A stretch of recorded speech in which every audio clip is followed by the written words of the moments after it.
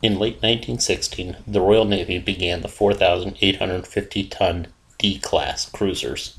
Essentially, these were an enlarged and improvement on the previous C-class. Essentially, they were divided into two groups. The main difference was the first group of three had a straighter bow, which meant they were wetter in rough seas. It was two of these ships that were transferred to the Free Polish Navy during World War II. I'm not going to go over their service before being transferred, but needless to say, given their age, they were getting pretty obsolete by World War II. Yes, they had been relatively well maintained, but realistically, they were World War I vintage ships, and nothing short of a major rebuild was going to change that. That didn't matter to the Poles, though. So, while the Royal Navy was modernizing itself and starting to prune away the relics to save money and manpower, the Poles were more than happy to just have something to fight with.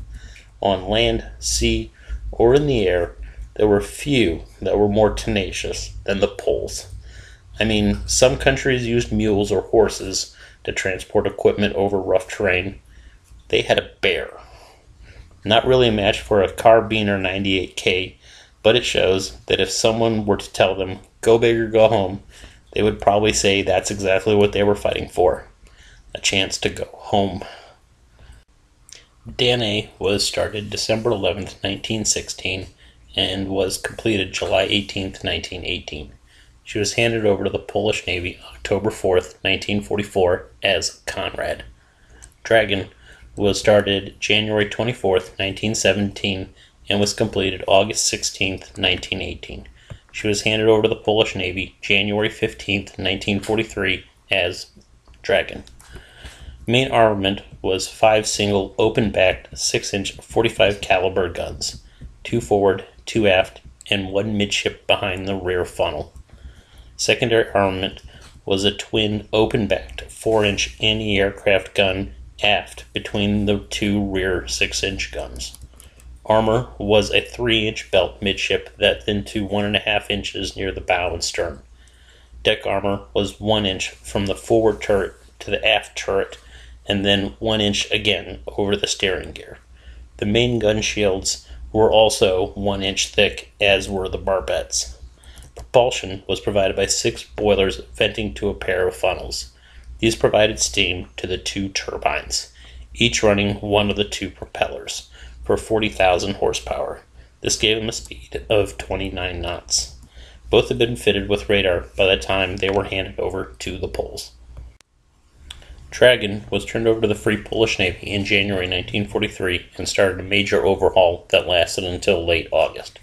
Training lasted until February 1944, when she then escorted an Arctic Russian convoy, a task which I'm sure was super popular with her crew. Upon returning, she conducted more training. Next, she provided fire support for the D-Day landings. While doing so, on July 7, 1944, she was torpedoed by a German mini-sub. The damage was bad, and rather than repair her, she was scuttled as part of an artificial breakwater July 20th. With the loss of Dragon, on October 4th, 1944, one of her sisters, the Danae, was leased to the Polish Navy and renamed Conrad. Now manned by many of Dragon's crew, she was under refit, followed by training until late January 1945. With that completed, she began escorting convoys from England to the Netherlands. On February 12th, she suffered a turbine casualty and spent the rest of the war getting repaired. Post-war, she was returned to the British and scrapped. It's rather melancholy to be reminded that despite their sacrifice and tenacity, unlike most soldiers and sailors in other countries, most would never get to go home. Doing so post-war would almost surely have meant being arrested and at least imprisoned.